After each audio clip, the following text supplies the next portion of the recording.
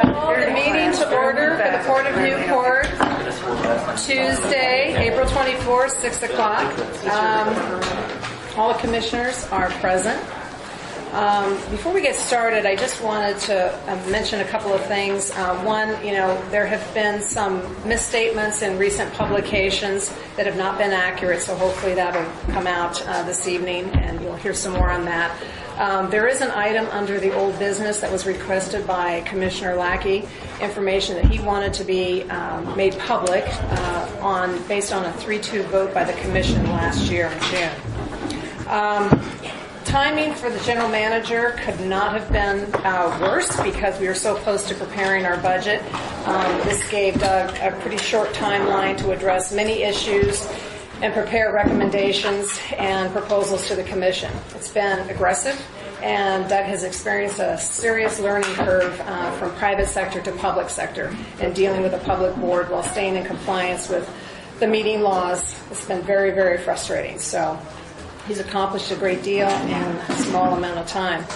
The items on the agenda are proposals and suggestions prepared by management, Port of Newport staff, and some input from commissioners, and they're ready for comments or changes by the Commission. So I welcome any input you have.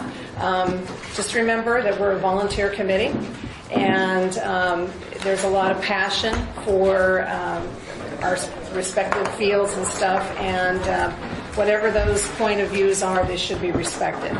I would ask that the comments be respectful and either good or bad.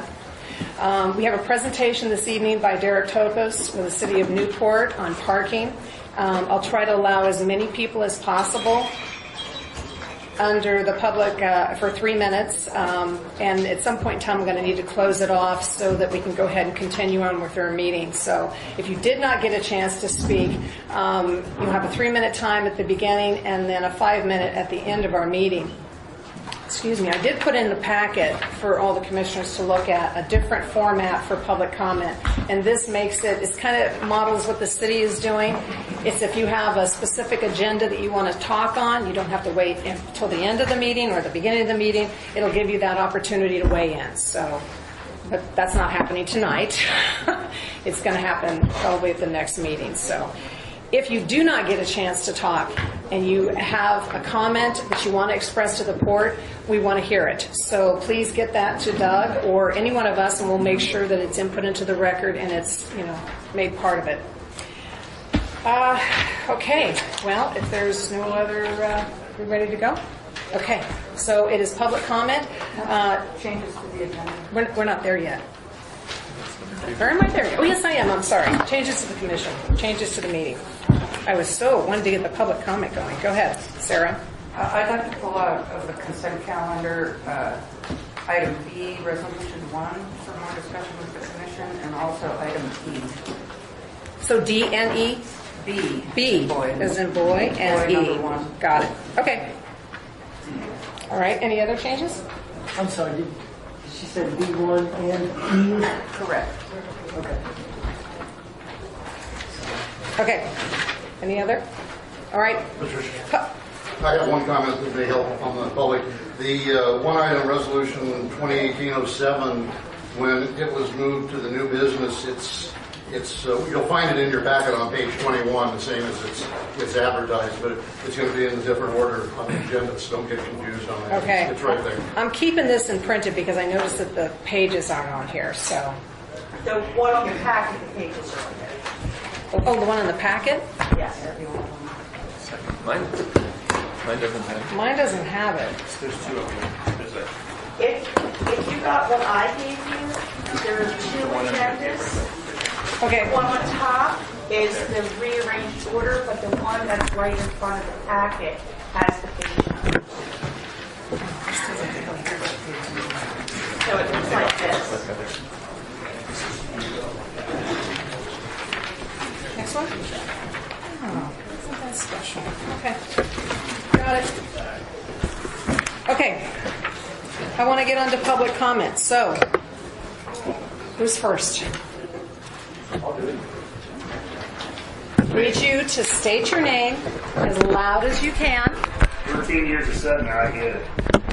Thank you. I'd like to thank the commission and port staff for this opportunity to speak. I'm Don Matthews, Newport.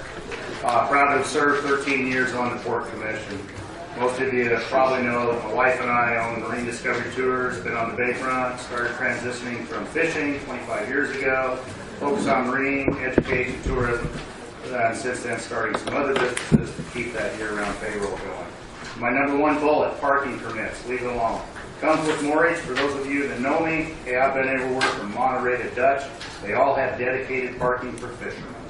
I urge you address the parking needs for the fishermen. There's already lined out parking as an example on the west end of the fill going east.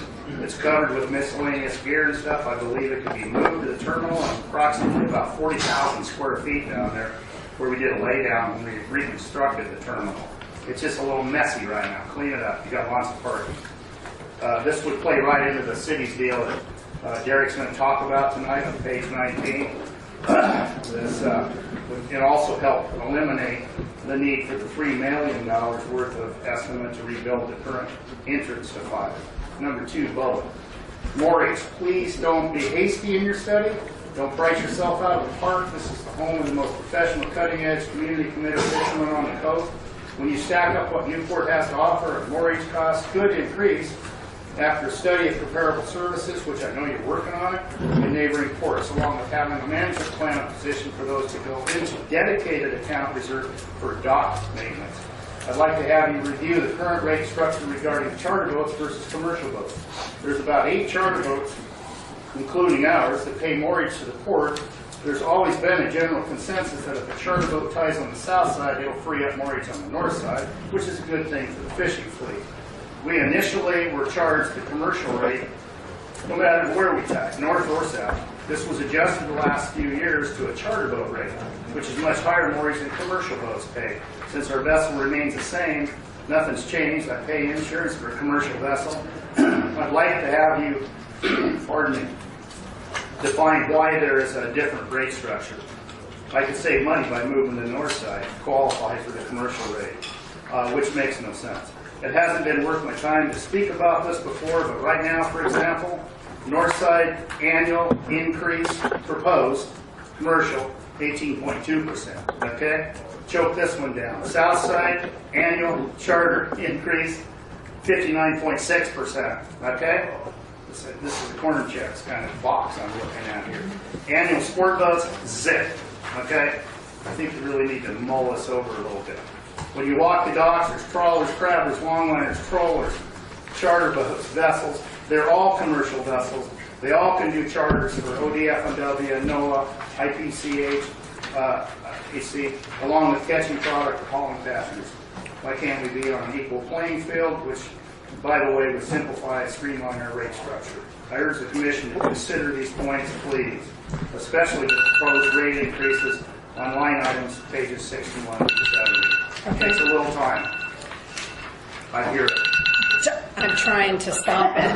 Listen, can you... Was it 3 minutes? Because I got Yes. a little cheesy bullet. Okay, quick. Okay. I urge you to table the repeal of the Commercial Fishing Users Group Committee until you can come to terms that will allow the important group, as I mentioned earlier, professional cutting-edge and community-committed fishermen to continue to work with the port. Any Okay, questions? Later on, I guess. thank you. Appreciate it. Next. Okay, go ahead. My name is Gary Ripke. I own 3 vessels in town, a charter boat, 2 commercial vessels in the middle of purchasing a 3rd vessel, trawl vessel.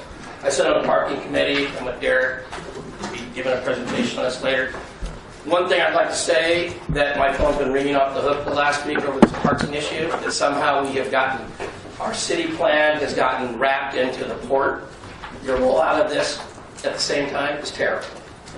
It has made mass confusion in the fleet. I want to know, what's this deal? You're going to charge us for this park and then you charge us for this and the two together and what, my phone's been ringing off the hook and I've been answering questions all week about it. I'm concerned. I want to get back to the issue of the parking. I counted the stalls today. We have 25 spots that you are leasing for $1 a year. That's Port Dock 5 and Port Dock 3. You're leasing that for $1. and you want to charge us $125 for 25 spots that we have to fight over to get. In our parking plan, we have a service. We're gonna roll out possibly a service that we feel that you're going to possibly gain parking. Been on this for 2 years, trying to get more parking for fishermen. That's been my goal this whole way. And I also own a business on the Bayfront. But my main income is from fishing. So I'm trying to get more parking for fishermen. Our plan is a product.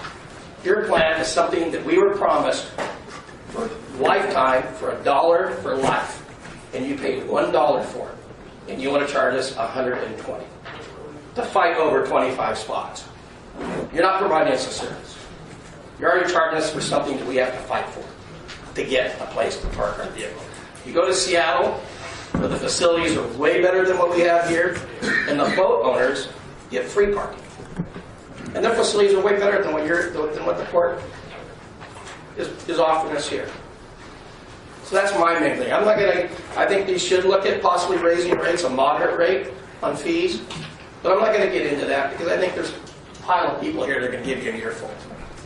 So I'm just going to give you my spiel on the parking. Okay. That's my opinion. All right, thank you. I think you were next, Paul. Thank you. Paul Under, Teva Brothers. Madam Chair, with comments, I'm here to respond to Commissioner Mackey's presentation. Would those comments be appropriate then, or do you want them now? I would say later. Yeah. At the end? At the end, yeah. Or during the end? Or during the, well, yeah, I haven't really instituted that. My whole thing is that if you had a question about that, we would talk about it. So I think since we haven't got to there yet, probably it would be best to do it at the end. Okay. I saw somebody over here, hand up in the corner there.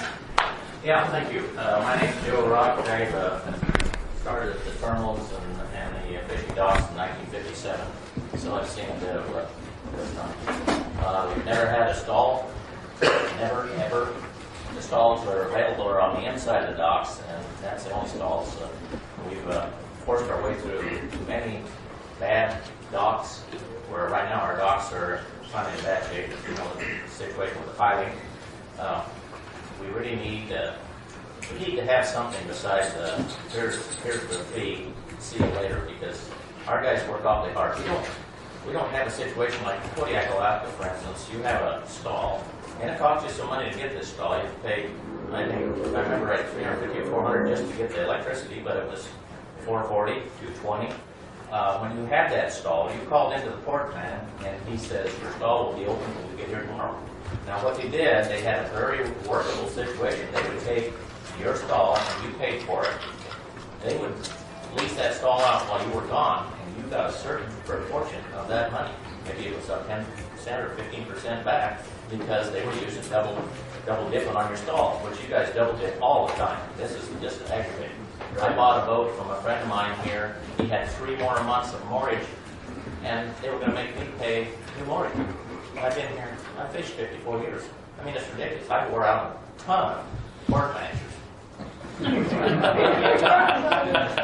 I just think that really, if you want to have, and I understand an increase, we can take a little increase. This port here is probably the best port on the Oregon coast, period, hands down. We produce more money, we produce good jobs. There's a survey done not too long ago where they looked at tourists and fishing. The mean medium range for income in Lincoln City was $27,000. The medium income at Newport was $47,000. What is the difference? The fishing fleet. It's exactly what it is, because that was all of Lincoln County. We were farther along than the tourists, and we understand you have to have the tourists. We put up with them every day. You know, they drive their 12 miles an hour when you're trying to get 2 hours to do your work. We put up with those. But this is a golden goose, and don't try to kill us. You know, if you need to make a little adjustment, fine. And the parking, yeah, that's been gone on forever. You can forget about that. Here's a serious situation. You can haul the pigeons. Leave the eagles alone. Thank you. Thank you. Appreciate that. Yes. Fran. Thank you, Patricia, and thanks Port Commission and staff for allowing us the opportunity to speak this evening. I'm Fran Matthews, marine educator and resident of Newport. I, along with my husband Don, a retired fisherman, founded Marine Discovery Tours on the Bayfront 25 years ago. During these years, we've been proud to build a marine education business based on the best stories that this port offers. A vibrant marine science community, a healthy coastline full of fishing boats and active sea life, state-of-the-art seafood and fisheries practices, and a diverse group of local neighbors to partner with, including our local fishermen, the Aquarium Hatfield, and NOAA. We deliver programs to students, local and global visitors, and tour bus companies. Example, based on our seasonal averages, we've delivered programs to 168,000 students about marine fisheries for the last 25 years, and we love that. Due to having a business, we've also enjoyed being leading social entrepreneurs in the area. We love to buy local, from groceries to our shipyard bills. We also join other leaders in our community, donating our services and time to the boosters, the aquarium, the chamber, and our hospital for light boat parade. I'd like to briefly address some concerns recently experienced by the arrival of the tall ships from Washington State, who I understand have secured an extended mortgage agreement at Port Dock 3, fondly known as the musical chairs dock, with the port for the months of April and July. As any of you who work or visit our bayfront know, parking is limited. This weekend was like the 4th of July for 3 days, with available parking gone by 10:30 in the morning. A casual observer might say, well, that's great, look at all those people. Here's another side of that viewpoint. The parking was filled on all entrance hills from the top to the bottom, Bay Boulevard from the Coast Guard station to the Embarcadero, including port property, the longshoremen's parking lot, and even local fishermen's driveways who live near the bayfront. This is April. Many businesses in this district are still on skeleton staffing. The fish plants haven't ramped up for their shrimp and whiting seasons and the crews that arrive with that. And our usual mainstream visitor base that comes through annually hasn't arrived. I'm concerned that various stakeholders, including fishermen, employees in processing and tourism, along with annual returning visitors, will be displaced due to this attraction that will be here for 50% of July, a peak month for our already busy parking district. Newport over the years has tried to weigh the benefit factors for the community at large. Indeed, when I recently reread the port's mission statement, a section caught my attention. To promote and support projects and programs in cooperation with other community organizations and businesses that will retain and create new jobs and increase community economic development. The tall ships represent Washington State, and when they are done, they're taking our local dollars away, leaving us with a memory of a 3-week parking crisis that will ripple the already fragile perception, as Joe said, there isn't any parking on the bayfront anyway. I'm also concerned that this will impact my ability to continue our discounting, student ticket programs, and donations to my community due to the loss of revenue and potential payroll. I'd like to know if there was any discussion on the part of the Commission of the potential parking impact prior to this mortgage agreement being made. I'd also like to ask you all to come down and see it for yourself this Saturday, and I'd be happy to volunteer with other stakeholders to revisit this, since I do know that the port agreements have a line that says the port reserves the right to revoke this license at any time with a 30-day notice. So I'm volunteering from my position here. Thank you. Thanks. Next. Yes. Brad Aaron, commercial fisherman. I live on the bayfront. You see the boats. We're real creative. Parking, people, my crew parks behind my house. They go to our guest bathroom to use it because we've had outhouses with hepatitis and you know what on the dock since I came here in '78. Okay, that line's covered. Don't put the kibosh on this D, 7D. Don't get rid of the fisherman's user group. Fishing, this double dipping boats, we pay year-round mortgage. Then we get tall ships in there. Mechanics, $100 an hour. They're not going to work. They're not going to touch your boat. We stink. Our community is it's like Disneyland. The boats, we do creative stuff on it. When I talk to these guys, when are you going to warm up and move your boat? To get a spot to tie our boat. We're on the phones, radios. We're already creative. My crew's creative on parking. Okay, that's news from the front. Port Dock 7, walked by there last night, the outside finger, over 50% of it sunk with sea lions. That's a management problem. Why is it sunk? Can't a guy waddle out there and scare them off? You call in, you get a radio thing. You can't get an answer. We work from the coast of Mexico every year We go to every harbor. This is the worst harbor for organization. Second worst for parking. Santa Barbara is worst, but you can get parking. You will pay. But this is the worst. One last item. 1916 here.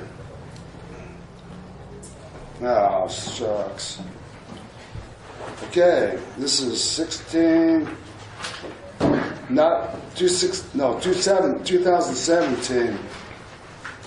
Seafood landings in Newport, $48 million, and it was a bad crab year. That's what Joe's saying. We're making some big bucks for this community, and you're scaring us off. We've all been in debt, every one of us fishermen. First thing, you don't rub customers wrong. You offer better service. Otherwise, you don't make it. I'm done. Thank you. Very good. Yes, ma'am. Thank you. My name is Beth Birch. Thank you, commissioners, support staff. I totally get the challenges you're facing here. I am in a nonprofit and I run a budget, and I know the difficulties of trying to balance revenues and expenses. I'm here to speak about the increase in the liveaboard fee here at South Beach Marina, a 235% increase. We have people who are living aboard who are retired, disabled people who are on fixed incomes. That's a shocking sticker price to increase for people who are on fixed incomes. I think that right now for us, between two of us, that means we're going to be paying considerably more, actually more than our slip rent. For us, it might make more sense to get another slip, live 4 days on one boat and 3 days on the other, and not pay liveaboard at all. The last thing I'd like to ask is, what are we going to get for this increased rate? Is there going to be increased services? Are the shower rooms going to be clean? Are we going to have better washing facilities? Better security? And just to emphasize that, your liveaboards are really important people in your marina. We're your eyes and ears, because we're here all the time. We just called the Coast Guard the other night about a boat pumping diesel all over the place. I've been up to talk to Bill when a boat had come loose from the dock to get it retied. I've run people off who were strangers wandering the docks, climbing on other people's boats. So, we're important for you. We're part of your security here to make sure that, things are being taken care of, that we can bring things to your attention because we're here 24/7. Thank you. Okay, thank you. Did I miss any? Well, can I add, since she didn't take her whole 3 minutes, just the Fair Housing Act says that you can't charge per person for housing. And I know we have some people that have children, so you're talking about 4 people, you're talking about 500 people, $500 for those folks to live on their own boat. And we're already paying slip rent. And everybody else in the marina who pays slip rent can come and stay on their boat for 4 nights a week. So we're only staying an extra 3 nights a week beyond what, and so now we're talking about paying more in liveaboard fee than we're paying for slip rent. So it seems totally outrageous and unfair. Okay. I appreciate that. Thank you. Yes, sir.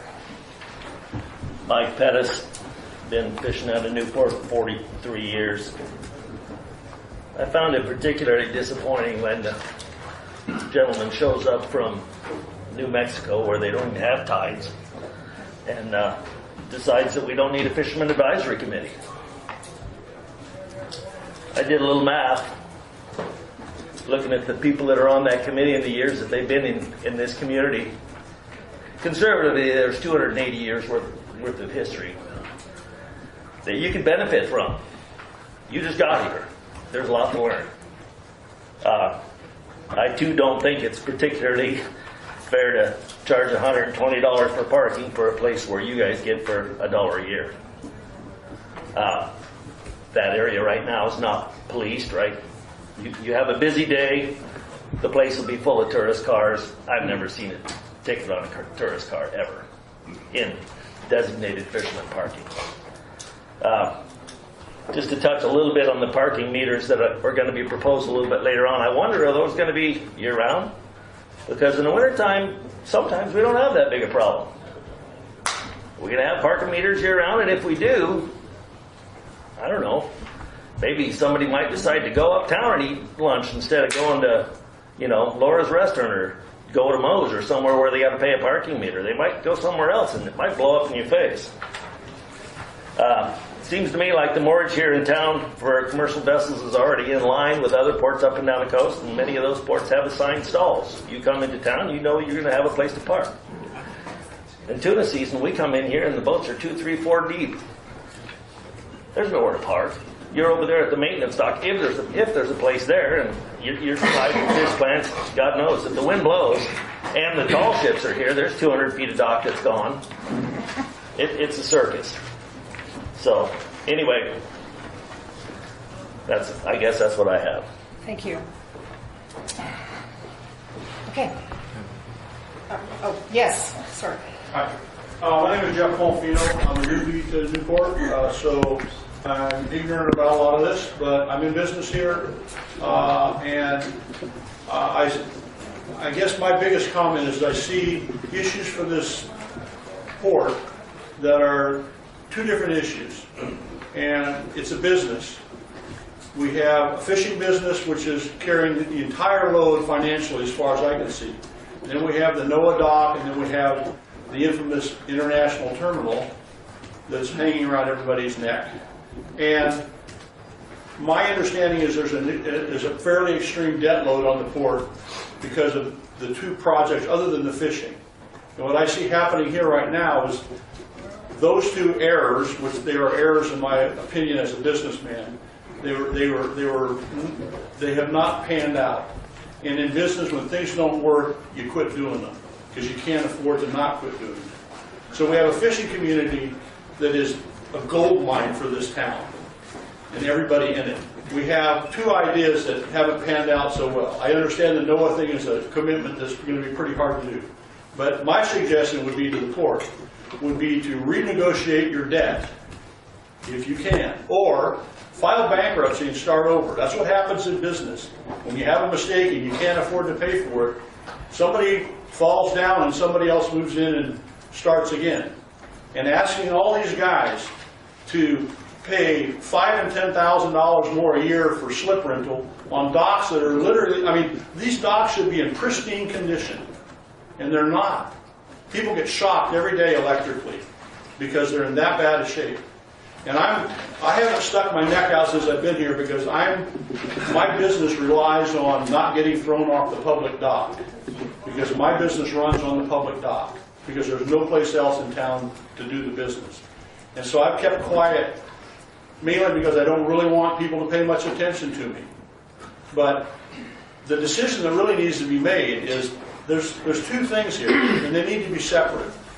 And the money that comes from fishing needs to be spent on fishing. The money that doesn't come from these other things is a problem unto itself that you're asking these people to pay for. That's all. Thank you. Okay. Yes, we'll work our way back. Okay, go ahead. I can barely see you.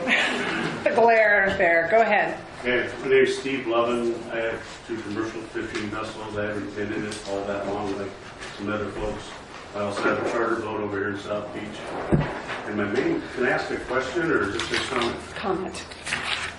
Okay, well online, your proposal over tripled my mortgage, and this thing has been passed around today, which says an 18.18% increase, and I have no idea which one I'm going to comment on, because I don't know which one we're using. But anyhow, it's still, even at 18.8, over the past history of the port, there's been an increase pretty much every year, but it's based on the cost of living produced out of Portland.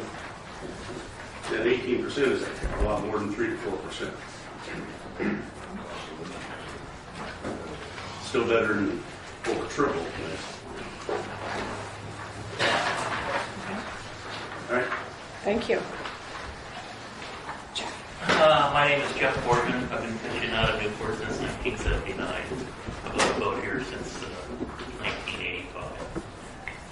And along the same lines what he was talking about, I think we've noticed an increase in port more to around 3%, 4% over the last 35 years. And it's pretty hard to swallow when we looked at the original numbers that came out. And obviously they've been revised over time. And 18% is extremely high. And I think everybody has concerns that are in the marina over here, and the charter boats and everything. And so I just want to suggest, because this is kind of a little crap storm that all of a sudden happened when the Newport manager came in. I would just suggest that we go with a straight 5% increase overall. Give this thing a year. Give us lots of time to think about what needs to be done. Give this gentleman a little bit of time. A lot of people don't like him right now. And I'm just suggesting that we could cool our heads, have a flat rate increase for the following year. I don't know if this is a 2-year budget, 1-year budget, and give this thing some time and go with a 5% increase across the board. Okay. Thank you. Thank you, Jeff. Okay. Heather, we'll just work our way zigzag. Go ahead. Thanks. I'm Heather Mann. I'm here on behalf of the Midwater Trawlers Cooperative. MTC represents 28 trawl vessels. 18 of them are home ported here in Newport. Together with crabbers and trippers, they're the primary customers of the international terminal. But together with the rest of Newport's commercial and recreational fishing fleets, we are the economic engine in Lincoln County, and we are generating a lot, not just for the port, but the community. So all the people in this room, commercial, recreational, the people that can't fit in the room, I told you guys, you need a bigger room. I hope that you communicate with the people that are standing outside that can't actually hear after the meeting and follow up with them. Last year, together, we contributed $1.9 million in revenue to the Port of Newport.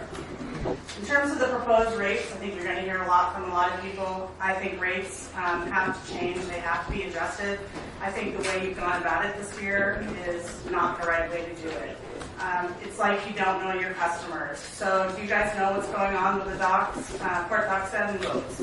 They are facing a federal fisheries disaster for the 2nd year in a row for salmon. That means probably no fishing, no income. And you're looking at jacking up their rates anywhere from 18 to 60%. I don't work for those boats, but wow. Wow, you don't know your customers. One place you could have gotten some great feedback about this is the Commercial Fishing Users Group, which I chair. But no, you didn't want to bring it to them. During the first week on the job, Doug recommends that this committee be terminated, that it's no longer a port standing committee. He says he's had complaints from multiple commissioners. As chair of that committee, I want to know who complained and what the complaints are. None have ever been brought to me. I was elected chair a few meetings ago, and like I said, nothing's been brought to me. I think we deserve to know. I think the draft resolution in the packet is a slap in the face to every commercial fisherman that's on that committee. The resolution says, among other things, too much port staff time. I worked together with Aaron to change that agenda so it was exactly the same as the commission's. We were trying to avoid duplicative work, trying to provide you with information that you need to make the decisions that were on your agenda. We're not breaking public meeting laws. Show me where we have. Frankly, the group is just advisory. We vet issues out, and then we make recommendations. We have no power. Up and down the coast, there are several advisory committees to other organizations elected by the port, or nominated by the port, same as us. I don't understand what the problem is. We have broad representation from all commercial users. The public is welcome to attend. Throughout the entire meeting, I take public comment to make it as inclusive as possible. We're major stakeholders, and I urge you to reject the recommendation to terminate that committee. Thanks. Thank you, Heather. Okay, yes, sir.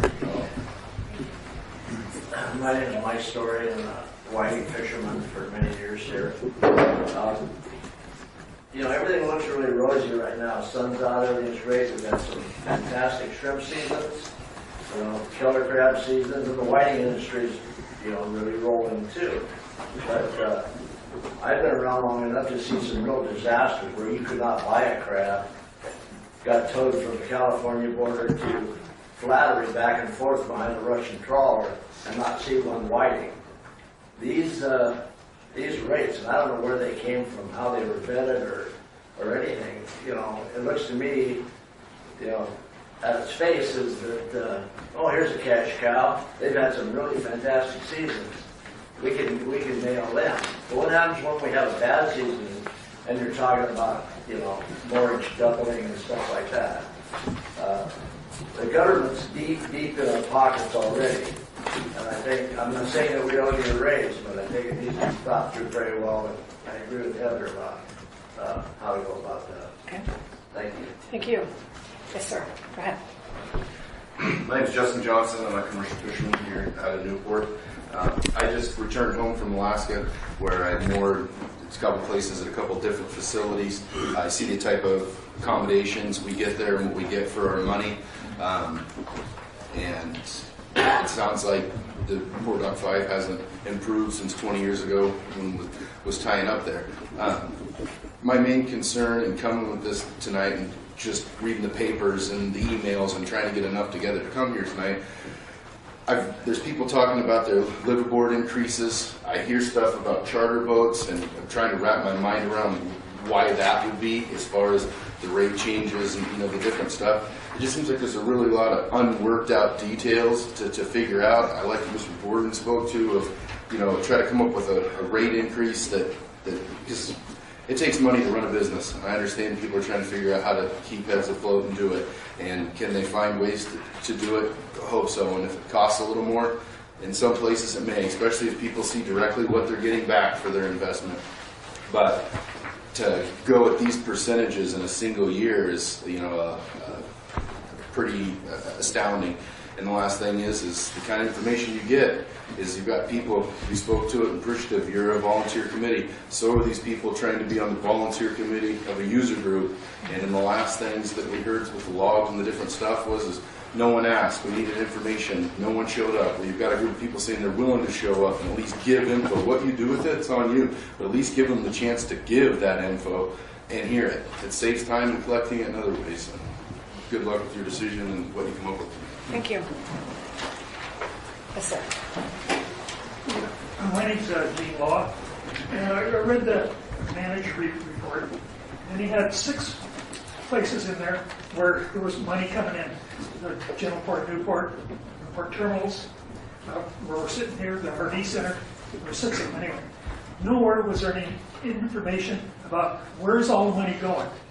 Are we spending too much on interest? Are we spending too much on let's see, it would be management, for salaries to the port people. Where's all that money going? There's no information of where the dollars went. Where's the bleeding stopping? That's just my determination. Thank you. I saw right there. Yes. Yeah, Jerry Bittinger. I own and operate a small fishing boat here in Newport. We transplanted from California about 6 years ago to this community, and really a great community. Moved here because of the hustle and bustle and what the community offered to fishermen. Coming from California, what I've seen has happened there is we've had a breakdown of the fisheries. And if you look at every port, as you come up here, every time the fishing community leaves, the port leaves. Morro Bay, Moss Landing, Bodega, Crescent City, Eureka, Brookings, they're gone from what they were 15 years ago. And so when I seen the hike rate towards the commercial fleet, it just made me wonder if you guys understand the importance that we play in the community as to what money gets driven. And so it makes me think you're not really in touch with the community. I mean, I heard we had a new general manager. I've never actually seen your face on the dock. And nothing, maybe you're busy or whatever, but when you go down to Dock 7, and we heard about these rate hikes, the smaller guys down there, you know, we're having tough salmon seasons, things that keep our money going. There's a number of them that have said, that went there, that said they're leaving. they're not going to be able to afford it. We'll have to go to Oaxaca. We'll take a boat to Florence. We'll winter somewhere else. So there's a huge amount of them that are talking about can't afford doing it or are willing to move the boat. So it might behoove you to get out and meet and talk with some of these guys, especially not just the guys that are pushing the pins and us on the dock, but the guys that are pushing the trash cans. Because the guys that are cleaning up and doing the work down here and the elbow grease in the port to keep things clean aren't very happy. When you talk in one-on-one, they're really not. And, they do a great job and they do a great service for us, but for some odd reason, they're not happy in their position. So I just urge you to maybe spend more time in the community and get a feel for it. Thank you. Thank you. Yes, David. And Ben-Hur. Thank you. My name is David Jenks. I'm a commercial fisherman here representing the fishing vessel CDON and support interests. A couple things tonight. One is under agenda item 4B, which is under the consent calendar. I don't know if it's pulled out. But that's the resolution 2018-06 to assign incremental revenue to the Port of Newport Facility Maintenance Reserve Fund. I couldn't find any supporting documents in the packet to support this resolution, so I'm not really understanding it very well how far this resolution is going to go. I think any resolution should have supporting documents that support it or something explaining what it does. Now, I understand what this is supposed to do, but what I don't understand is how much revenue it's going to generate. So in the packet, possibly there could have been an explanation in there showing current rates against current revenue, what that would have brought in to the maintenance reserve fund, or underneath the new rates and the year 18 and 19 budget. What would that bring in? I don't think you can adopt resolutions without supporting documents. And you really need this here to understand what this is going to do. Because it could be a deficit. You don't know. You could never put any money into that fund. But we should have something there that shows what's supposed to happen. Other item is the rates and fees. My big one's under parking. I don't want to stuck on this because the two set-aside parking lots in the waterfront, crossing 5 and 3, I helped form those leases years ago, and they were supposed to be non-profit leases. The condo owners, I think, would probably scream hell if they knew that you were going to make a profit off of their parking lot. They weren't intended for profit. They were intended to break even, meaning what it cost the port in staff time and in stickers to put out for that fleet to use those parking lots. And then for the Port Dock 7 parking area, you're charging for moorage and now you're charging for parking there. That one's really got me because the only reason my parking was the stickers were implemented there was to keep the tourists out of those parking spots and reserve them for fishermen. You know, if you're going to start profiting it off that, where's the stop? Is it going to be, are we going to pay for parking over here at the marina? Is Rogue Ale going to pay for parking? They got 60 spaces that supplements their restaurant and their business over there. They don't pay for. How far does this go? I know that the city's working on a parking plan. We're going to hear about that. I see some good things on that, but this one's really jumping ahead quite a ways. Other one is the resolution for disbanding the commercial fishing user group. I'm part of that group. I thought it was pretty cool. There was a lot of good stuff that came out. The most surprising thing I felt is that when Aaron was there and some of the staff and people, they were actually learning things from this group because there's hundreds of years who are put the years together. There's hundreds of years of experience there.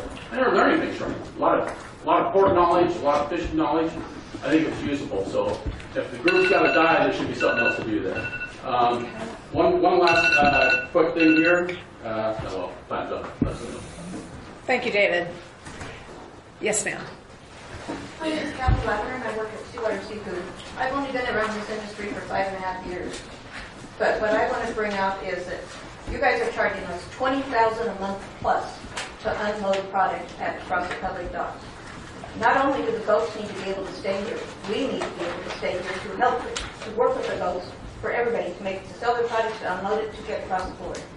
I would urge you to really look at your expenses versus what you're charging us, because on top of that, we get to pay parking, and we get to not have a public guaranteed dock that we can even unload up and set up a schedule with our boats. Then it gets adjusted, then we get blown out of the water. And that doesn't work for any of us. So I would just urge you to look at the complete structure of it. Would you mind repeating your name for me? Kathy Latimer. Kathy Latimer, thank you. Thank you. just real quick, is there anybody outside that wanted to say something? I want to give them an opportunity. Anyone out here want to speak? I can barely see. Yeah, I'm on board. Please. My name's Rick Sabin. I'm a liveaboard over here, South Beach Marina. My concern is the incredible increase in the monthly liveaboard rate. I know small potatoes compared to a lot of you guys, but we have retirees over here that are on fixed incomes. There's no way they're going to hit that number every month and be able to feed themselves, things like that. And I read somewhere in the bylines about any increases in liveaboard rate would directly reflect in improvements to liveaboard services. And I'd just like to know what the plans are for that. Okay. Thank you. Is there anybody else out there that wants to?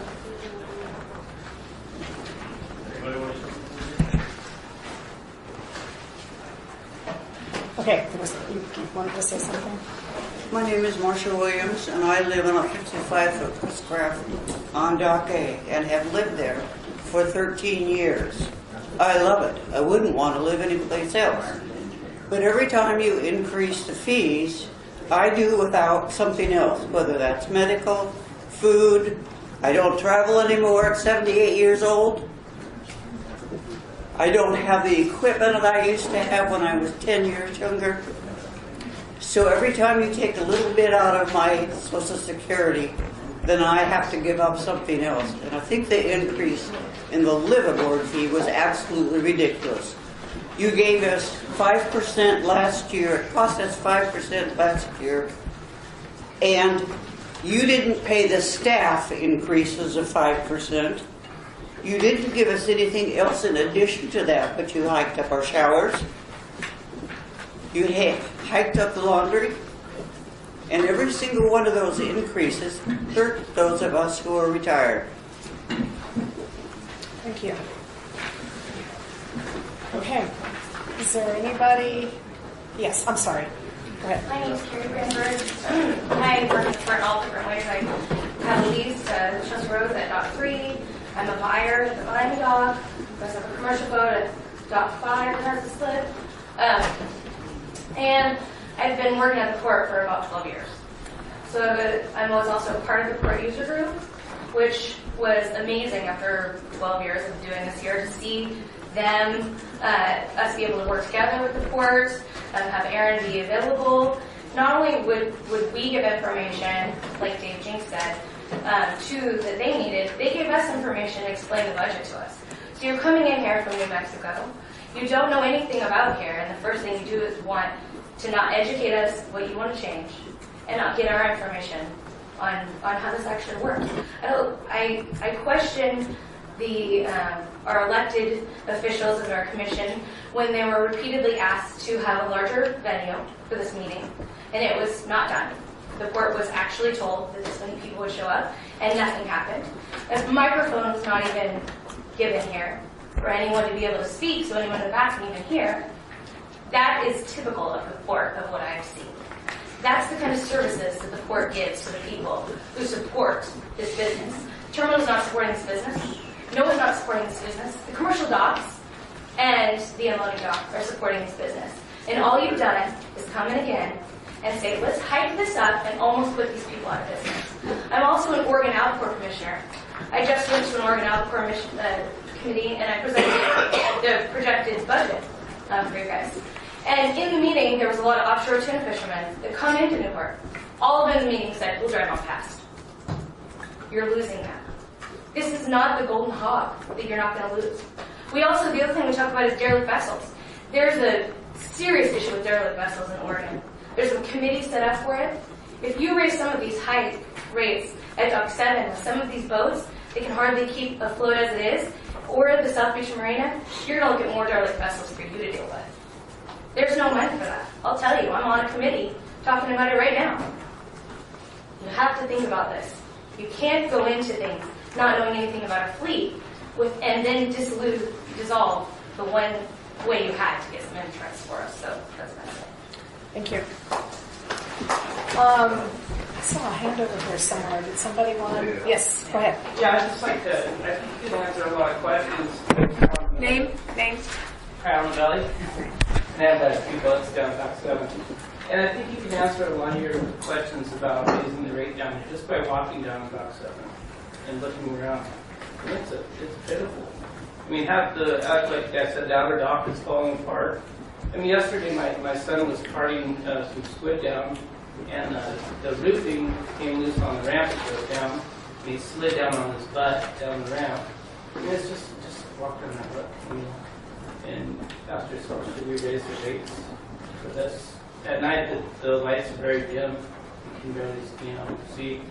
So it's just, I think, just like you can walk and see what you guys got. Answer. Okay, thank you. Oh, I'm sorry. Yes. I'm Jennifer Stevenson. I'm president of Newport Fishermen's Wives. I also work for Pacific Insurance. I've grown up in Newport, and I'm married to commercial fishermen. I find that it's fishermen's nature to make do with what they have. They'll make it work.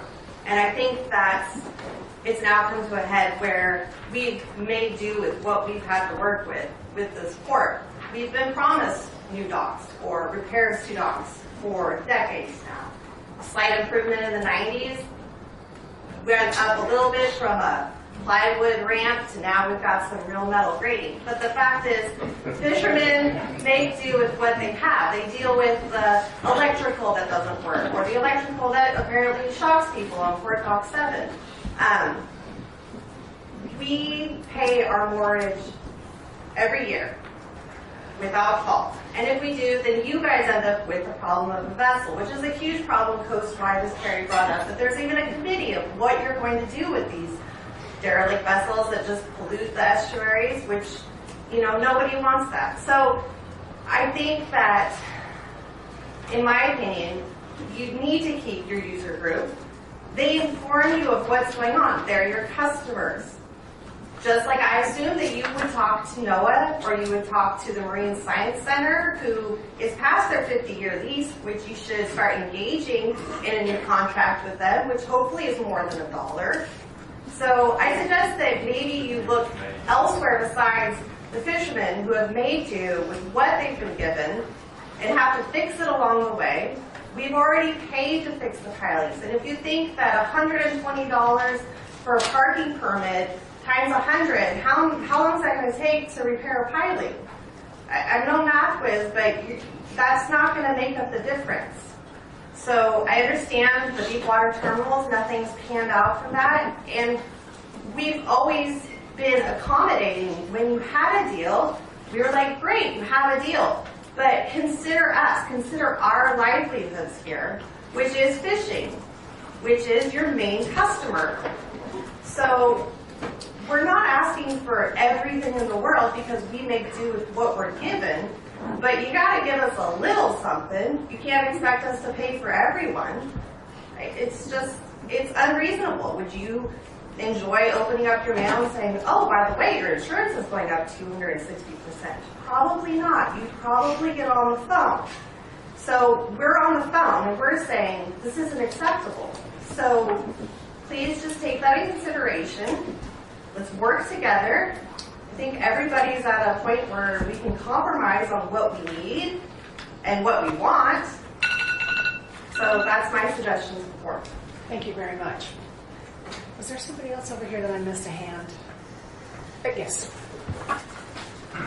So my name is Kurt Cochran, and I've been around for a year or two. Maybe my family's been around for a year or two. Heard some pretty good testimony, and I hope you take it. But the user group is important. I deal with the North Pacific Council, and they have an advisory committee that's made up of users. Pacific Council does. You guys need to act, and these rate increases should have been vetted through them, so you really know what's acceptable or not. We need another big storm to break the docks and put the boats up against the seawall there. Maybe we'll get some new docks, but we haven't done the maintenance on the port that needs to be done. We're going to have to do it, and I think the rates are going to have to go up. What that is a reasonable amount, not a big 200% increase. I've seen a new draft about every day things bouncing around and people just throwing mud at the wall, see what sticks. The user group can figure out what's going on. You know, I look at what net and gear storage, you know, what's going up there. I look at Hawaiian Seafood Festival, and they actually dropped them $30. You know, it doesn't make sense of what's going on. And you hear what people can afford or can't afford.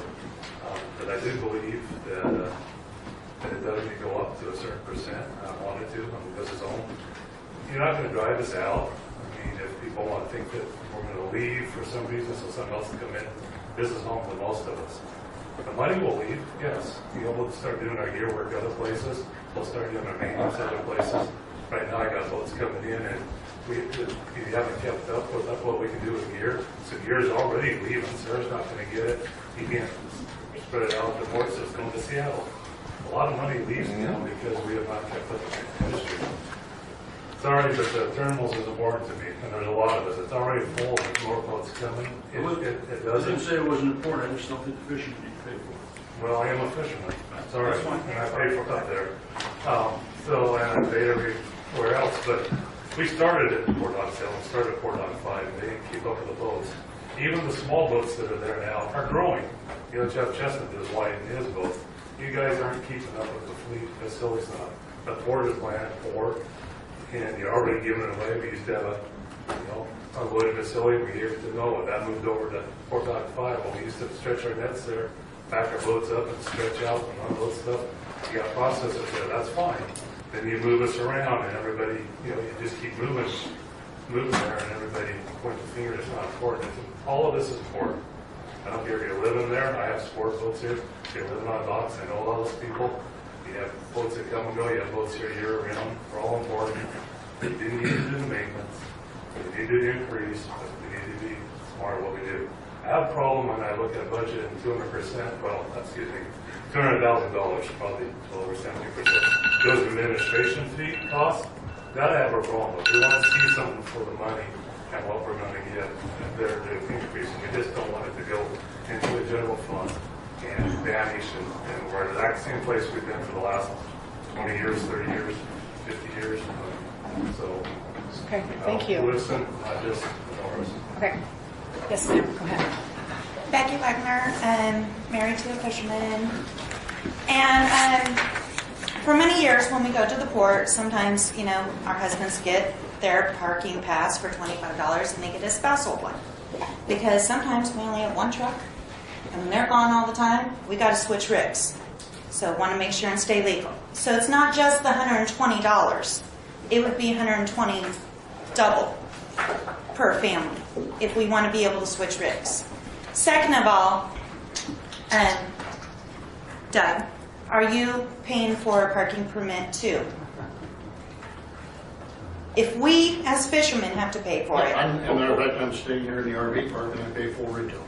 I don't ask for any discount. I'm just saying, it's, I pay $700 and some dollars a month. Okay. Okay. It's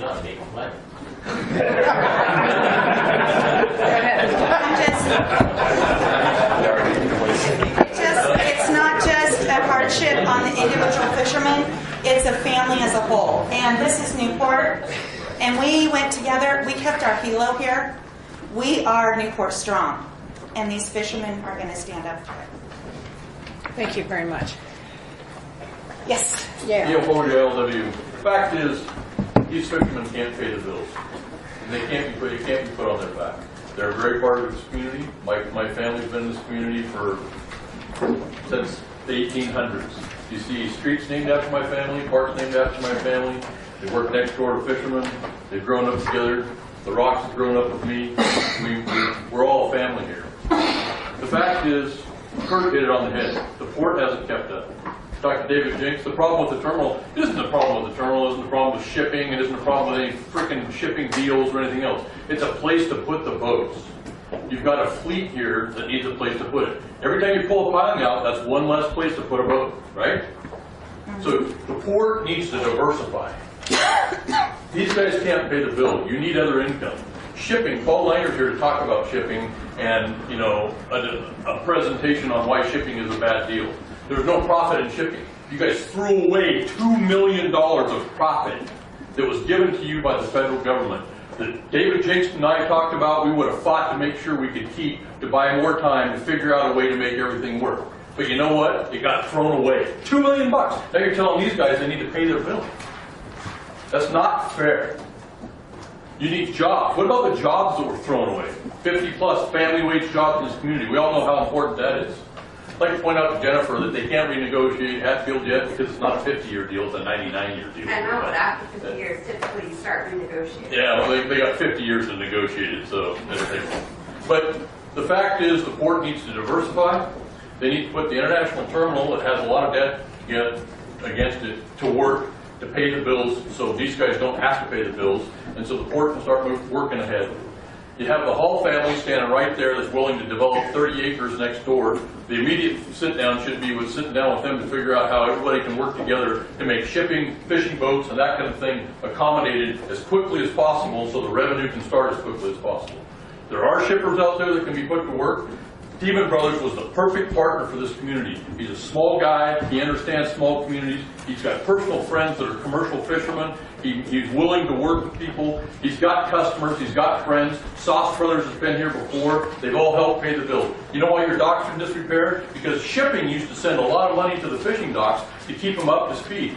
1999 was the last ship in Newport, Oregon. Guess what? Since 1999, the facilities have went to tank because there's been no money to fix them. And you guys can't pay enough to be able to keep up with it as fast as those docks rot and fall in bay. They're not keeping up with the size of the boats, everything else. There needs to be major fixes. It needs to start with Doug Parsons. I give the guy kudos. He's trying to do the best he can on a very short window. Like I said, budget facility. I mean, he came in at probably the worst time he could have showed up. I agree. But Doug, you got to accommodate these guys. You got to get shipping back because that's huge revenue, and you need to sit down with the Hall family and figure out how to accommodate boats, get the area working for people. There's 40 acres over there that can go to work for all these guys and facilities. Put it to work and put me to work. Let's get some shipping going. Let's get some trade going. Let's get some jobs created. Thank you. Let's get it done. Is there anybody outside who would like to say anything? Anybody else? Okay. No. All right. I'm sorry, what? Okay. I think we're done with public comment for now, so we're going to go ahead and go on into our meeting. Thank you, everybody. Appreciate all those comments. We do. Okay. Consent calendar. We have the minutes of the regular commission meeting. We have the second commission budget priorities work session, second commission budget priorities work session. Item B1, resolution 2806 has been pulled. We have C, the financial reports, the first calendar quarter 2018. And D, purchase of, did you want to pull D, Sarah? Did I hear that right? E is an Edward, okay. D, the purchase of the through rods or floating docks on Port Dock 5. So the consent calendar stands with items B as in boy and E as in Edward pulled. B1. Can I get a motion? Or do you do just to clarify, Sarah asked for B2 to be removed. B1 and E. B1 and 2? There is no B2. There is no 2. B2 was already moved. You got an old agenda. There is, excuse me. I am looking at, okay, so she just wanted B1 and E. Okay, can I get a, yeah, I got it. Can I get a motion? Where does the facilities maintenance Okay. The facility maintenance reserve fund that's B1. That's what that pulls. The fisherman's is put under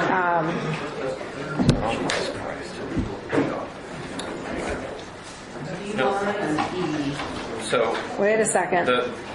The resolution for the Commercial Fishermen User Group Committee was moved to new business D in the latest agenda. It was in the consent calendar early on. Okay. It's not there anymore. Right, we're good.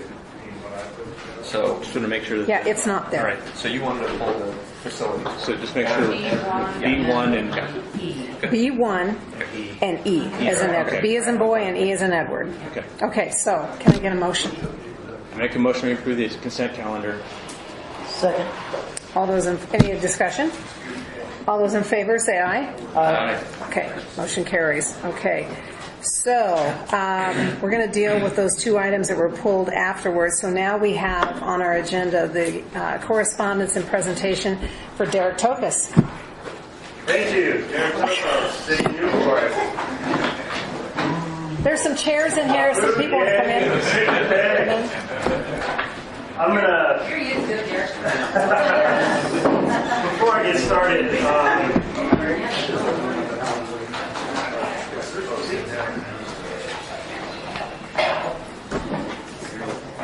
go to look check. So I've got a paper today. I don't have a PowerPoint presentation, anything like that. Before I get started, I want to pass this around. If you could put your name, if you want to know when hearings are set and decisions are actually made on this parking study, if I have your email, we'll make sure you get notice. So I want to pass this around. This is the one thing I want to collect before I leave the meeting. I also have some information for you to pick up on your way out. I got the long version. The PowerPoint presentation kind of outlines kind of the gist of what's in that parking study. The short version, 2 pages. The real short version, which is a little comment sheet with my email address here. You can either drop it off at City Hall if you happen to be by there, or just drop me an email. My contact information is there. We are walking the parking study with stakeholders. That's why I'm here tonight. We've been working on this for a couple of years at this point. We have an advisory committee. It's a diverse advisory committee. The target areas were Bayfront, Nye Beach, and City Center. Why? Those are the 3 areas in the city of Newport where we have a lot of public parking assets, and we rely on those assets as opposed to businesses providing their own off-street parking. And we do that because these areas are geographically constrained. They have development patterns that are such that it's just not practical to try to require everybody who's got a business in these areas to try to find a way to hodge in off-street spaces. So we made the conscious choice over the years to build public parking assets. So we embarked on a study. Our advisory committee has representatives from all of these different areas. We've got commercial fishing, fish processors, retailers on the Bayfront. The port has been participating in these discussions. And the same goes with City Center and Nye Beach. We have a diverse crowd that's been part of our advisory committee that, we've had parking management issues. We've known we've had parking management issues. We decided, hey, let's take a hard look and actually study this thing and figure out what options might make sense moving forward given the issues we're struggling with. We brought in some professionals. We actually had them do peak and off-peak analysis where they came here and walked these districts on an hourly basis to figure out, okay, how much utilization do we have of these public parking assets? How quickly are they turning over? Are we really having violations of the existing timed parking or not? Those are the kinds of things that they were taking a look at.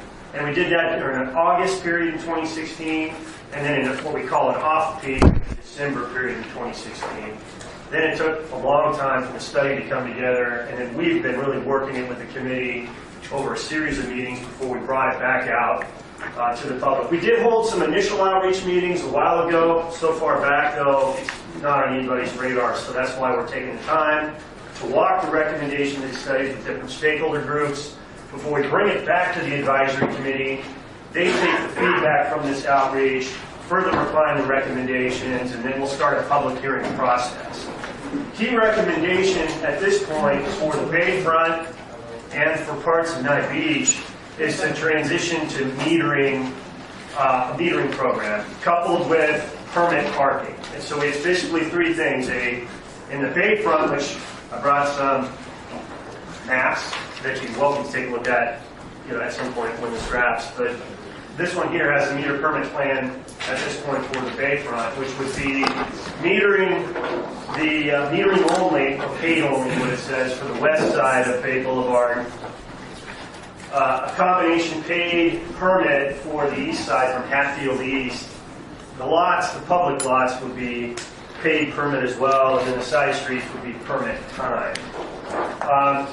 The reason that recommendation is being made is because we're over the magic 85% threshold, which is anytime you are in an area where you have utilization over 85%, you are at full occupancy. And when you're at full occupancy, that's where we have people circling and circling and circling. Severe congestion, people start making bad decisions, so you get illegal parking, and they make bad decisions because they're frustrated.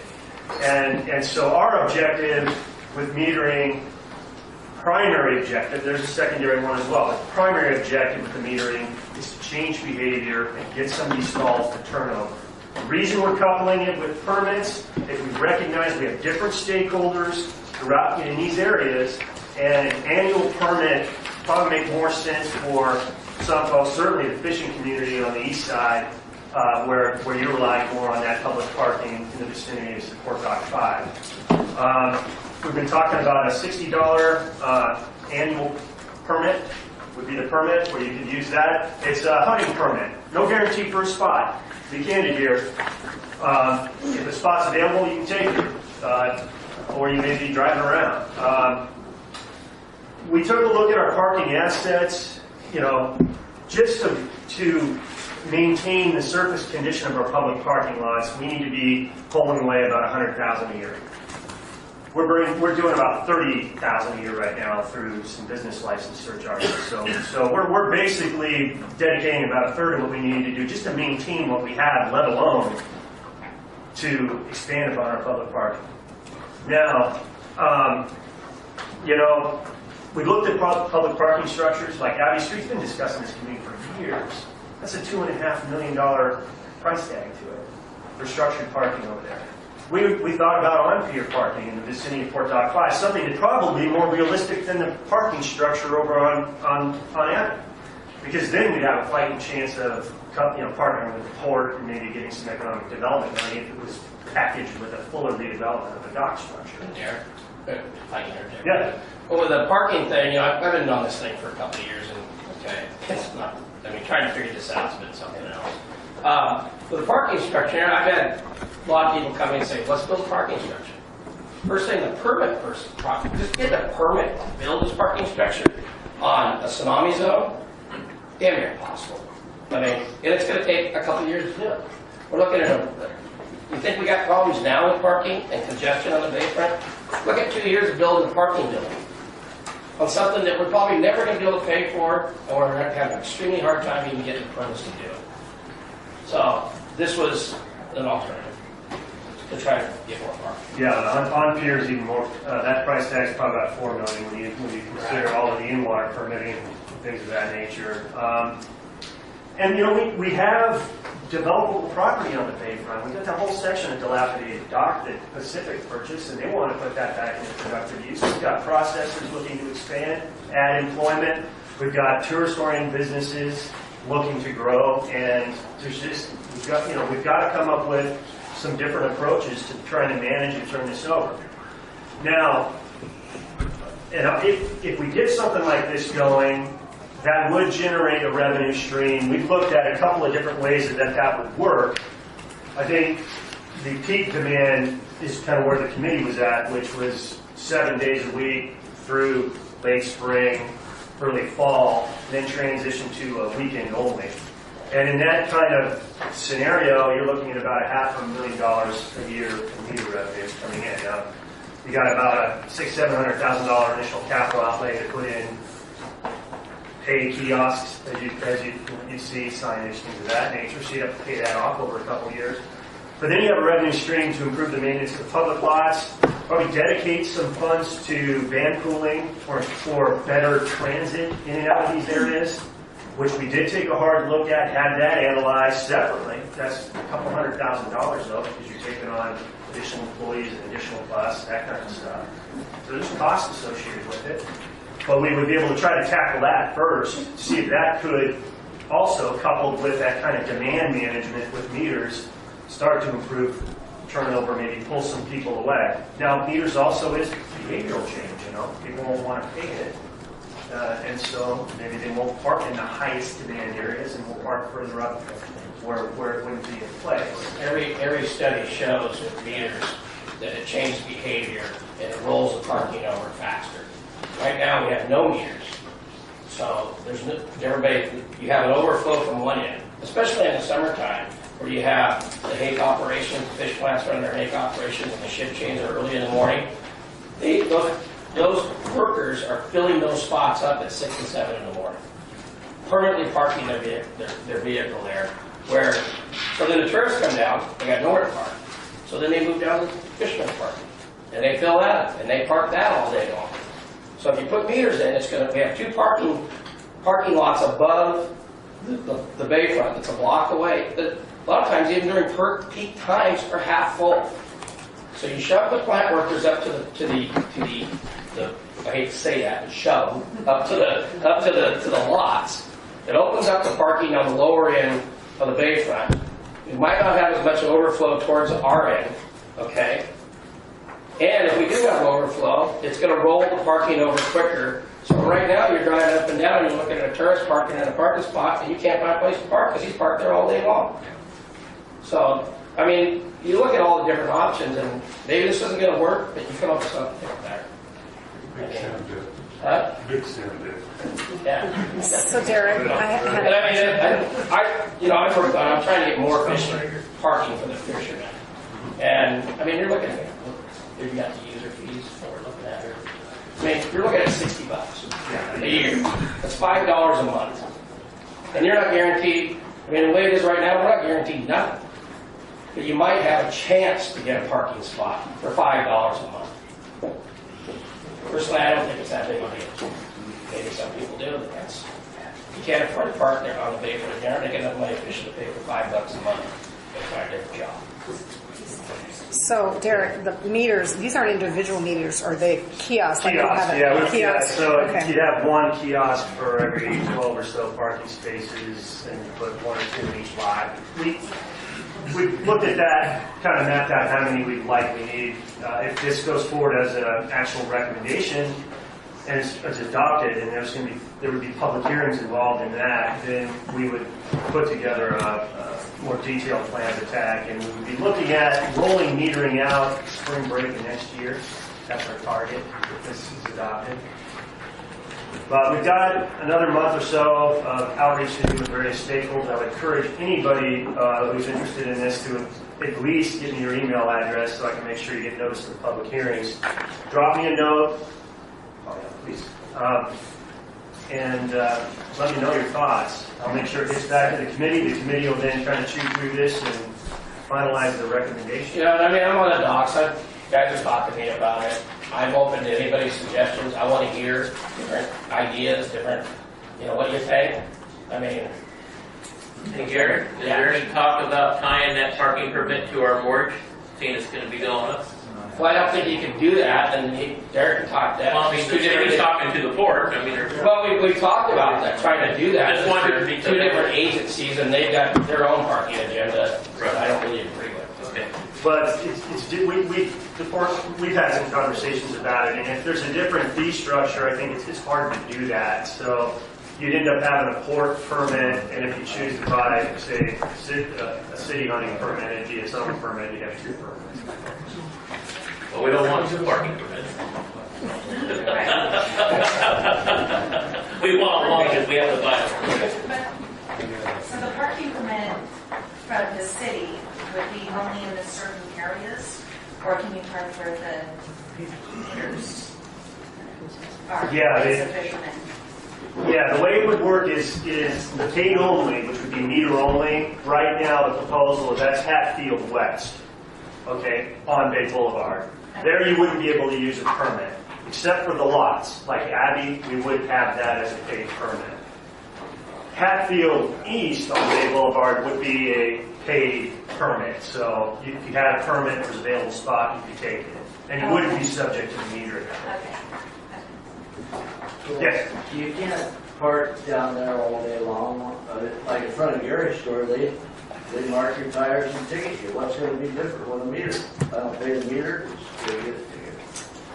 Well, yeah, well, one thing, there would be an additional, from the city's perspective in terms of enforcement, we'd probably bring on an additional TCD person to do enforcement down there. It's a little different enforcement with respect to meters versus time parking, a little easier for the enforcement folks. Our expectation is that the fines, the tickets basically would pay for the additional enforcement. It's not going to come out of the meter revenue. And enforcement's going to be a little bit different. It's not going to be on a chalk type thing. When you're doing a kiosk and a thing, you run up with a scan gun. And it's a lot different deal. And they just scan your thing and, you know, that's how it's going to work. It'll be different. It's not just walk up to the chalk bump or the chalk bump and you're going to go. It's going to be a little bit different deal. And you know, the other thing I need to mention, they check compliance with the time limits down there when we haven't actually walked during peak and off peak period. And it was substantial compliance. People know the current system. They move their cars before they, get the ticket. So they've got that game down. I mean, we were at 4 to 7% non-compliance. That's not a big number when you consider, what we've got down there. Yeah. Here, do you have a current dollar sign assigned to a parking place on Bayfront right now in terms of its potential economic impact?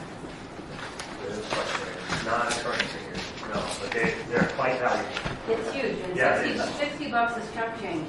I buy all my employees a $60 parking pass, but I will never do that because I don't want them parking on the street. I want the revenue from the visitors that come to this community, or the fishermen that are down here generating revenue that trickles through everything else.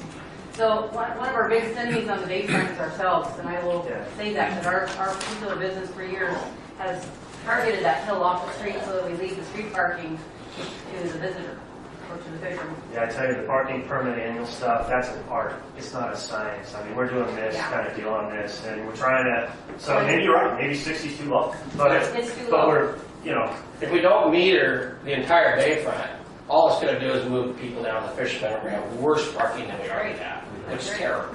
You'll have my employees parking right down by That's the right. road. So you have to meter a whole bunch of them. I don't know how many guys have had to walk me. You want to meter the whole Bayfront? What are you talking about? When you explain to them, if you don't meter the whole thing, it just moves the problem down to us. Yeah, right. And the seasonality takes these two pictures. It's just like Easter and church on Easter Sunday, you can't get a seat in the house, but there's lots of room the rest of the year at church, right? Same thing with the Bayfront. You could definitely have those things running during our peak season, and then turn them off in the wintertime, because we don't need to have to worry about parking in the winter. But appreciate it. yeah, And if we do get to a point where we've implemented something like that, I want to emphasize, those things can be adjusted over time to address whatever issues you're running into. So if you set it too low and you're giving out too many permits and you're kind of compromising what you're trying to accomplish, you adjust those rates. Same with the meter amount, $1 an hour. If that's leading to results you weren't looking for, you can adjust them. Derek, you feel it's been worthwhile having a community? Yeah, absolutely. Derek, in the parking study, was there any attempt made to attach value to the time lost when we're trying to get from the fish plant to even the marine or two? When it takes 20 minutes for the working people turning a boat around, that's earning $5,000, $10,000, $15,000. Is there value to that lost time? Because I think it would be really impressive. And it's because people are looking for a place to park. Right. I can see you're not going that way, but I would like to see the structure up on the hill. I think a couple $1 million is a bargain.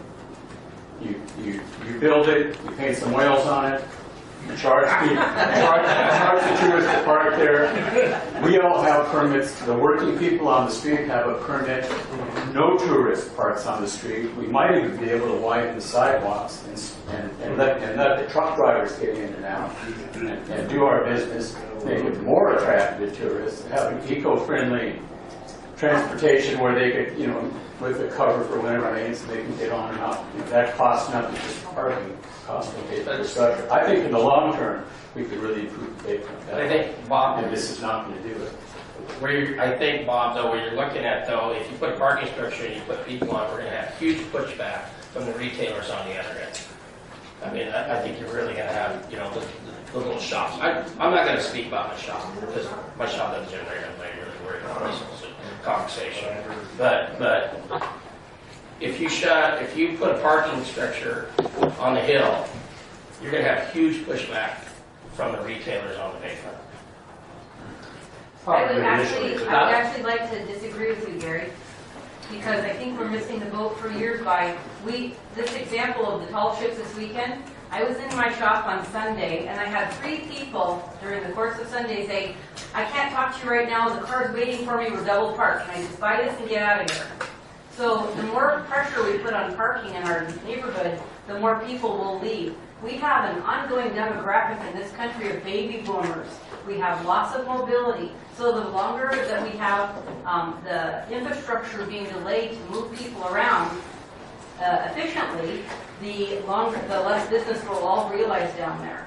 So having a parking structure on a garage with a nice little shuttle that goes up and down a hill, which by the way, the city wouldn't have to pay. You give that to private enterprise and somebody's got a little transportation business. Look at how Fred Gelter's turned the cab company around. That thing's this awesome little fleet of Priuses.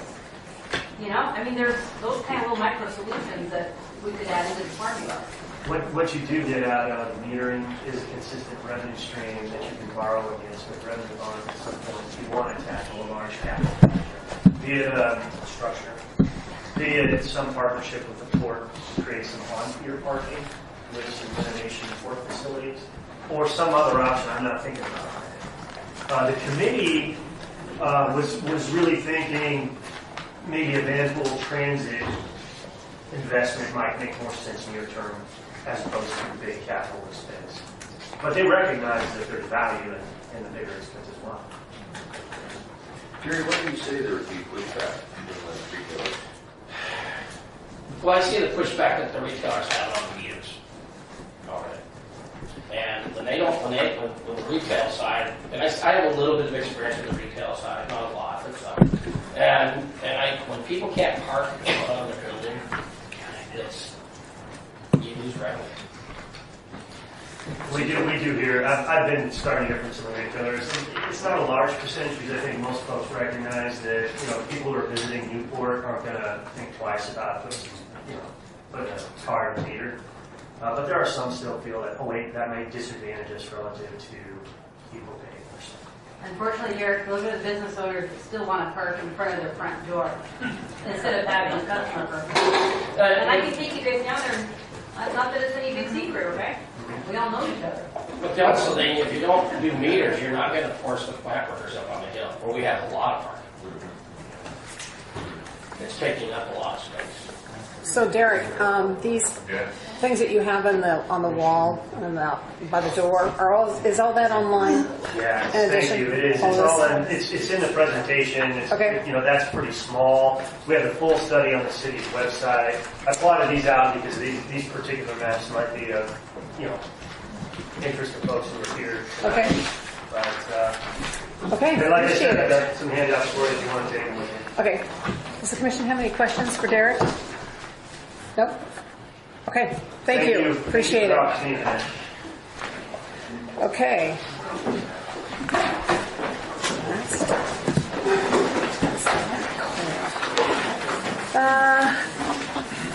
We've got here next is old business.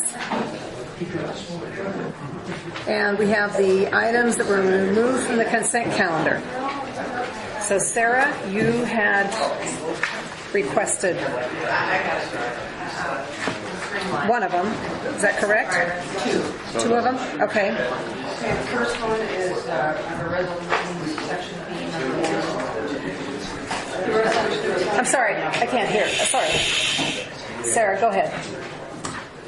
The first thing I wanted the commission to discuss on the consent calendar was section B number 1, resolution 2018-06 to assign incremental revenue to the Port of Newport's Facility Maintenance Reserve Fund, and I absolutely want a very robust facilities maintenance reserve fund, so I was kind of like, oh good, we're going there. But I have issues with it on the third whereas as a result of expected increases in some of its various rates, fees, and charges, Effective July 2018, the court anticipates the generation of incremental revenue in fiscal year 2018-19 already earned in fiscal year 2017 and 18. I think that's premature, seeing as we're still talking about rates and fees. I don't think that anything has been settled on that, so I think it's premature when you talk about as a result of expected increases in a resolution.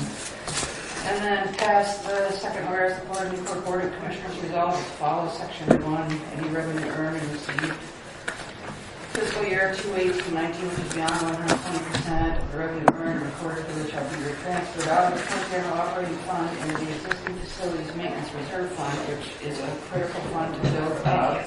Right. Please. And then at the end, it says to be used only for facility maintenance unless otherwise designated by the board. And that's why there's no money in the fund, is because it always gets taken out. Or people ask times for some kind of a contingency. And so I just think we're not there yet. And I think there's a lot of different ways that we could make sure if we're increasing rates that we get a robust maintenance reserve fund, start hiring some boots on the ground and start getting some things fixed on 4.5 and 7. So I'm not in favor of this right now. Does anybody have any other comments? Yeah. Go ahead, Stuart. Oh. Go ahead, Stuart. I have similar feelings to Sarah on this a bit. On some level, when I see the resolutions get into the packet, I think the comment was made, and I think it was fairly valid, that I like to see, I think it should be presented as a case. What problem are we solving here? As Sarah said, certainly I don't think anybody's going to argue with the need for the vessel maintenance reserve fund to be robust. But do we really need a resolution for it? And was there really enough information presented here, not only to the commission, but to the public as well, to understand what the motivation behind this really is? Are we solving a problem that doesn't necessarily need to be solved with a resolution? So I'm not sure we really need it per se, or it needs to be more justified. Okay. Walter? I was just going to kind of reiterate what David said about this. I think we're putting the cart before the horse, and if we're going to be putting money aside, we need to have specific goals of where it's going to go. I don't know if we're going to see these increases. I don't know if we'll ever see these increases in revenue. And before we do that, I think we need to make sure that we put these funds, when they do increase, if they do increase, in the proper venue to address the issues that we haven't been taken care of. If we have increased revenues in, say, the North Commercial, is that money going to go to increase the maintenance in the North Commercial, or is it going to go to, say, South Beach? We need to make sure that the money that's being generated by increased fees in one of our venues goes to that venue and not goes in the general fund. So I think that we need to come up with a little bit better plan about what we're going to do with our revenues if they increase before we start passing resolutions. Okay. Jeff? In the interest of time, I agree with the previous comments. Okay. So we're going to remove this completely. Where's my remove pile? Okay.